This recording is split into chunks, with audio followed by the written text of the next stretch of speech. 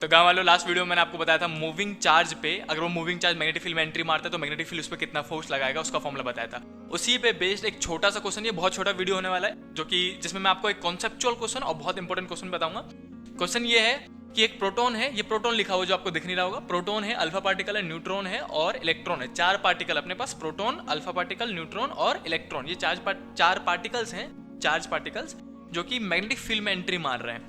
Enters in a magnetic field, uniform magnetic field है B with a same velocity of v retraces path. मतलब ये सबके सब same magnetic field, जो magnetic field है वो क्रॉस मतलब इनवर्ट पता है सबको।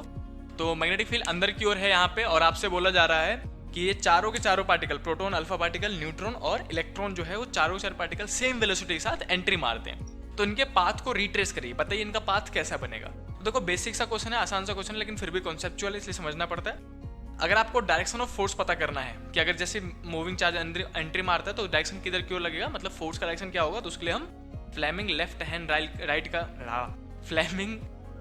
हैंड रूल का इस्तेमाल करते थे, राइट। तो उसमें क्या था, FBI था, अपने लेफ्ट हैंड को उठाइए, लेफ्ट हैंड उठाना है, राइट हैंड नहीं, लेफ्ट हैंड उठाना है। उसमें क्या है कि अपने तीनों उंगलियों को, थंब को, इंडेक्स को, मिडल को परपेंडिकुलर रखिए एक दूसरे के, और क्या लिखेंगे हम, FBI याद करते थे ना, FBI, CBI वाले FBI।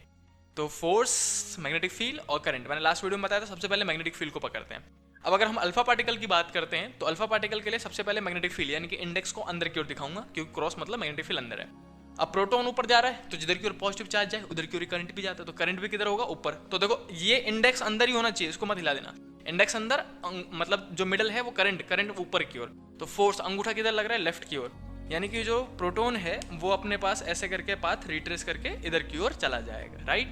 सेम है अगला पार्टिकल, चलो पहला तो हो गया अपने पास, दूसरा है अल्फा पार्टिकल। अल्फा पार्टिकल क्या होता है, ये भी पॉजिटिवली चार्ज होता है ना। अगर आपको नहीं पता तो मैं सीधे सीधे बता दूं, हीलियम 2+ याद रखना। एक ऐसा हीलियम हीलियम के पास कितने इलेक्ट्रॉन होते हैं, 2। अगर आपने थोड़ी सी बेसिक तो पढ़ी होगी, ये 2-4 होता है ना, तो हीलियम के पास कितने इलेक्ट्रॉन होता है, 2। अगर उस हीलियम ने अपने दोनों इलेक्ट्रॉन खो दिए और 2+ का चार्ज हो गया, तो हीलियम 2+ को ही अल्फा पार्टिकल कहते हैं। अल्फा पार्टिकल को अलग से पार्टिकल थोड़ा ना है, अल्फा पार्टिकल मतलब हीलियम, एक ऐसा हीलियम जिसने अपने दोनों इलेक्ट्रॉन खो दियो, तो हीलियम 2+ को हम अल्फा पार्टिकल कहते हैं। अब हीलियम पे मतलब अल्फा पार्टिकल पे कौन सा चार्ज है, पॉजिटिव का चार्ज। तो हम फिर से देखेंगे कि भैया मैग्नेटिक फील्ड अंदर, पॉजिटिव चार्ज ऊपर जा रहा है, करंट फिर से ऊपर होगा, फोर्स फिर से इधर लगेगा, लेकिन जो इसका पाथ होगा वो थोड़ा सा ज्यादा रेडियस का होगा, मतलब जो अल्फा पार्टिकल का रेडियस होगा वो ज्यादा होगा, ऐसा करके ज्यादा दिखाएंगे। क्यों, ये भी बता देता हूँ। चलो अगर आपने लास्ट वीडियो नहीं देखा तो देख जरूर लेना। उसी लास्ट वीडियो में मैंने आपको बताया था कि जो रेडियस निकालना पड़ता है उसका फॉर्मूला था mv/QB। ये फॉर्मूला हमने लास्ट वीडियोस में निकाल रखा है। और हाँ, इन छोटे छोटे वीडियोस को देख लो ताकि आपका मतलब कोर्स चैप्टर का कंप्लीट हो जाए।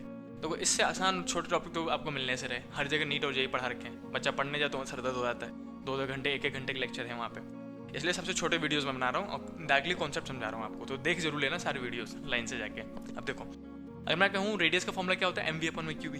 तो जो अल्फा पार्टिकल है उसका मास जो होता है वो 4 गुना होता है प्रोटॉन से, और चार्ज 2 गुना। तो अगर मैं प्रोटॉन का रेडियस लिखूं तो RP, तो ये मास ऑफ प्रोटॉन ले लेते हैं, इनटू में वेलोसिटी सेम है, और चार्ज ऑफ प्रोटॉन कितना होता है, E के बराबर, और मैग्नेटिक फील्ड सेम है B, राइट। लेकिन वहीं पे मास ऑफ मतलब रेडियस ऑफ अल्फा पार्टिकल लिखोगे तो जो मास होता है वो 4 गुना ऑफ प्रोटॉन होता है, वेलोसिटी तो सबका सेम ही है, इलेक्ट्रॉन चार्ज कितना होता है, 2 गुना ऑफ प्रोटॉन। अगर प्रोटॉन का चार्ज E माना है आपने तो उसका चार्ज 2 गुना हो जाएगा, मास 4 गुना, चार्ज 2 गुना, ऐसे याद रखना। अल्फा पार्टिकल और प्रोटॉन में कंपैरिजन होता है, इसका चार्ज इसके चार्ज से 2 गुना है और मास 4 गुना है, ऐसे करके। तो ये कटेगा तो ये 2 बचेगा, तो इनडायरेक्टली 2mPV/EB बन जाएगा, है ना। यानी कि ये किसका था, रेडियस ऑफ प्रोटॉन। तो रेडियस ऑफ अल्फा पार्टिकल जो है वो नॉर्मली अगर सेम वेलोसिटी के साथ एंट्री मारता तो कितना होगा, इसको देखो, इन सबको हटा के क्या लिख सकते हैं, RP, तो रेडियस ऑफ प्रोटॉन। तो अगर दो मतलब एक प्रोटॉन है एक अल्फा पार्टिकल है, दोनों ने सेम वेलोसिटी के साथ एंट्री मारी है सेम मैग्नेटिक फील्ड में, तो जो रेडियस होगा अल्फा पार्टिकल का वो दुगुना होगा as compare to radius of proton. आगे जल्दी से मूव करते हैं, अगले अपने पास न्यूट्रॉन। अब न्यूट्रॉन तो है बदतमीज, इसके पास तो चार्ज ही नहीं है, Q ही 0 है। अब Q 0 है तो आप लास्ट वीडियो देखो, उसमें मैंने फोर्स बता रखा है, फोर्स का फॉर्मूला होता है QVB sin थीटा, होता है कि नहीं होता है। अब किसी का Q ही 0 है भैया, तो फोर्स तो 0 होगा ना, तो हम बोलेंगे न्यूट्रॉन पे कोई फोर्स नहीं लगेगा, बदतमीज सीधा चला जाएगा, इसको कोई टोकेगा ही नहीं। मैग्नेटिक फील्ड बोलेगा तेरे पोते को टोको तू जा, तो मैग्नेटिक फील्ड न्यूट्रॉन को टोकता ही नहीं, क्योंकि चार्ज कितना है 0, और फोर्स का फॉर्मूला जो होता है वो QVB sin थीटा होता है, Q 0 तो फोर्स 0। आगे बढ़ते हैं, इलेक्ट्रॉन का देखते हैं। देखो इलेक्ट्रॉन भी छोटी मोटी चीज़ है। डायरेक्शन देखो जल्दी से, इलेक्ट्रॉन पे फोर्स लगेगा। अब मैग्नेटिक देखो फिर से लेफ्ट हैंड मैग्नेटिक फील्ड किधर की ओर, अंदर की ओर। अब इलेक्ट्रॉन ऊपर जा रहा है तो करंट किधर बनेगा, नीचे की तरफ, क्योंकि माइनस के अपोजिट में करंट बनता है ना। तो फिर से इंडेक्स ऊपर मतलब अंदर की तरफ, जो मिडल फिंगर होना चाहिए उसको घुमा के नीचे की तरफ करोगे तो किधर हो गया, देखो इंडेक्स अंदर, करंट नीचे, तो फोर्स राइट साइड में, यानी कि ये जो पार्टिकल है इलेक्ट्रॉन वो राइट साइड में जाएगा। लेकिन इसका रेडियस ऑलमोस्ट प्रोटॉन के बराबर होता है, लेकिन प्रोटॉन से असलियत में थोड़ा सा छोटा होता है। ऐसे करके दिखा देंगे, है ना। ये हमारा हो गया, क्योंकि इसमें जो होगा ना मास ऑफ इलेक्ट्रॉन बहुत कम होता है as compare to proton. Charge देखो प्रोटॉन का इलेक्ट्रॉन का चार्ज सेम है ऑलमोस्ट, मैग्नेटिक फील्ड भी सबका सेम ही है क्योंकि सेम मैग्नेटिक फील्ड एंट्री मारी है, वेलोसिटी सबकी सेम कर दिया। तो डिपेंडेंसी किस पे देखोगे, मास पे। अब मास ऑफ इलेक्ट्रॉन जो है वो कम होता है इसलिए उसका रेडियस कम होगा, और मास ऑफ प्रोटॉन ज़्यादा होता है इसलिए उसका रेडियस ज़्यादा होगा। तो ये था एक इंपॉर्टेंट टॉपिक भी है, इंपॉर्टेंट क्वेश्चन भी है जो कि बहुत बार पूछा भी गया और कॉन्सेप्चुअल क्वेश्चन भी है, इसलिए मैंने आपको इस वीडियो में समझा दिया। आई होप कि आपको ये इजीली कॉन्सेप्ट समझ में आ गया हो। ये वाला कॉन्सेप्ट याद रखना कि अगर सेम वेलोसिटी है और सेम मैग्नेटिक फील्ड है तो अल्फा पार्टिकल का रेडियस दुगना होगा प्रोटॉन के रेडियस से। हाँ, ये भी चीज़ें पता नहीं होती बच्चों को, तो ये भी याद रखना। अगर मैं अल्फा पार्टिकल की बात करूँ तो अल्फा पार्टिकल कुछ नहीं है यार, हीलियम 2+ है, फालतू में हुआ बना रखा है। हीलियम 2+ मतलब एक ऐसा हीलियम जिसने अपने दोनों इलेक्ट्रॉन खो दिए हो। तो जो हीलियम 2+ का चार्ज होता है, यानी कि चार्ज ऑफ Q अल्फा मतलब चार्ज ऑफ अल्फा पार्टिकल इस 2 गुना ऑफ चार्ज ऑफ प्रोटॉन, जो कि 2e, e मतलब चार्ज ऑफ प्रोटॉन है।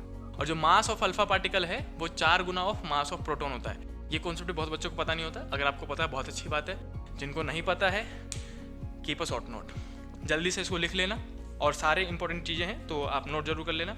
मिलते हैं नेक्स्ट वीडियो में जिसमें हम पढ़ेंगे magnetic force on a current carrying wire. इस वीडियो को लाइक करो और अपने दोस्तों को शेयर करो, और अपने दोस्तों से सवाल जरूर पूछना। ये वाला इस बताइए आते तेरे को रिट्रेस करके दिखा पा, तुमसे सवाल पूछो, जब उनको नहीं आएगा तो आगे तो बहुत अच्छी बात है, अप्रिशिएट जरूर कर देना अगर आता हो तो। अगर उन्हें नहीं आता हो तो आप बता देना, जब आप बताओगे तो आपका रिवीजन तो हो ही जाएगा, उनको समझ में आएगा तो अगली बार से आपसे बार बार चीज़ें पूछेंगे, इसी बहाने आप दोनों का रिवीजन होता रहेगा, ठीक है।